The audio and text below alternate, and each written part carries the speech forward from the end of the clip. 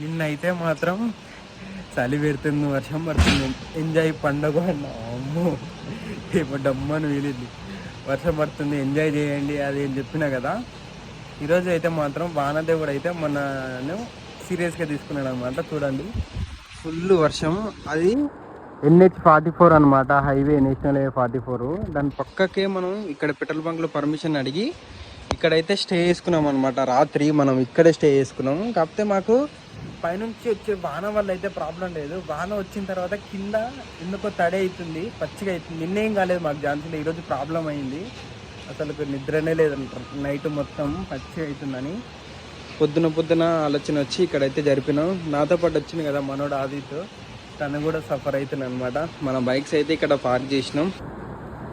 ఇంకా ఇక్కడ నుంచి హైదరాబాద్కి 742 కిలోమీటర్స్ అయితే ఉంది. కానీ నాగ్పూర్లో అండ్ ఇక్కడ అండ్ ఆదిలాబాద్